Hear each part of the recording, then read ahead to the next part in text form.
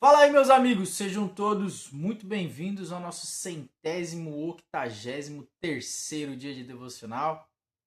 E eu gostaria de ler o texto de Isaías 26 com vocês hoje, versículo 3 e 4, que diz assim: Tu, tá falando do Senhor, né? Tu guardarás em perfeita paz aquele cujo propósito está firme, porque ele confia em ti. Confiem para sempre no Senhor, pois o Senhor, somente o Senhor, é a rocha eterna. Esse texto, o capítulo de número 26, é o texto chamado de Cântico da Vitória e basicamente é quando Israel vai vencer a sua batalha final, vamos dizer assim.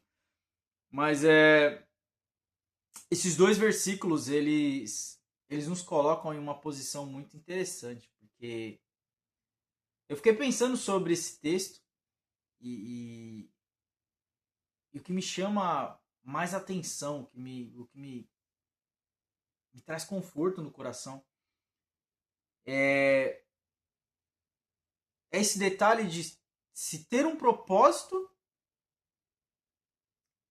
e de confiança. Tu guardarás em perfeita paz aquele cujo propósito está firme, porque ele confia em ti. Confiem para sempre no Senhor. Veja só, o texto não diz ele te guarda em paz porque você confia nele até que o propósito se cumpra. O texto não diz confie no Senhor durante esses meses até que se cumpra o propósito que ele prometeu. Confie no Senhor durante essa temporada. Confie no Senhor durante esse ano. Confie no Senhor enquanto você for jovem. Confie no Senhor enquanto você for adulto. Confie no Senhor enquanto você for um atleta. Confie no Senhor enquanto você for um profissional da área da saúde. Confie no Senhor enquanto você for viajar. Não é isso que está dizendo o texto. O texto nos chama a uma confiança eterna. Vamos lá.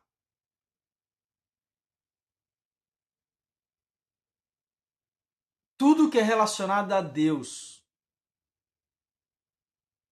tem fator eterno. Tudo que é relacionado à adoração, à entrega, à salvação, à pregação do evangelho, tudo isso tem relação com a eternidade. E quando as pessoas questionam por que o inferno, né? Porque é um lugar de sofrimento para sempre. Nossa, Deus não é bom? Deus não é amor? E aí existem caminhos teológicos hoje, pessoas, pensadores teológicos, que abandonam, obviamente, a Bíblia e suas páginas e começam a criar teorias, e isso aconteceu muito. Isso também aconteceu na Igreja Católica, por exemplo, com a criação do purgatório, que não existe. Foi se disseminando em outras religiões, né? O karma, enfim, espiritismo e etc e tal. Essa ideia de que você tem um continue, né? Quando você joga videogame, por exemplo, você tem o jogo e aí você morre no jogo e aí você tem a chance de continuar o jogo. Você clica, aperta o botão, você reseta do último save que você tinha lá. Os jogos mais antigos era só continue mesmo, e aí quem jogava fliperama, por exemplo, você morria no joguinho do fliperama, você botava mais uma ficha, né? E aí você continuava da onde você tinha parado, né? Da onde você tinha perdido ali a vida. Então as religiões colocam o ser humano nessa mesma posição, de que você tem uma segunda chance, que você tem uma segunda chance, que você tem uma terceira chance, que você tem uma quarta chance. E aí toda vez que você morre e reencarna de novo, o que você fez na sua vida passada remete na vida atual, né? Então, se você foi uma pessoa ruim, você vai estar numa situação pior. E isso nunca funciona, irmão. Porque se você for parar pra pensar, a humanidade tá indo cada vez pior. Tá indo de mal a pior. Então, se esse vai e volta da alma aí fosse o suficiente, deveríamos ter pessoas excelentes, né? A humanidade estaria num outro patamar. Mas isso é papo furado. Não existe isso. Ao homem foi dado o direito de viver uma só vez, vindo então juízo. E esse juízo é quando as pessoas se questionam, por que o inferno para sofrimento eterno, né? Se Deus é bom e amoroso, porque o inferno não foi feito para o ser humano. A palavra diz que o inferno foi feito para Satanás e seus anjos caídos. O homem vai para lá porque ele quer, porque ele tem esse desejo pecaminoso, ele tem esse desejo de continuar pecando. Logo, ele tem o desejo de não querer Deus. Ele tem a vontade de não querer o Senhor, ele não quer Deus, ele não quer a presença de Deus. Então, obviamente que se o seu pecado é contra o Deus que é eterno, a punição contra o seu pecado também é eterna.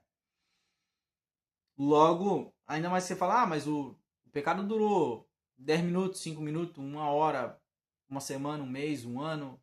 Teve duração. Foi passageiro. Sem um arrependimento sincero, sem alguém para pagar essa dívida, você tem que pagar.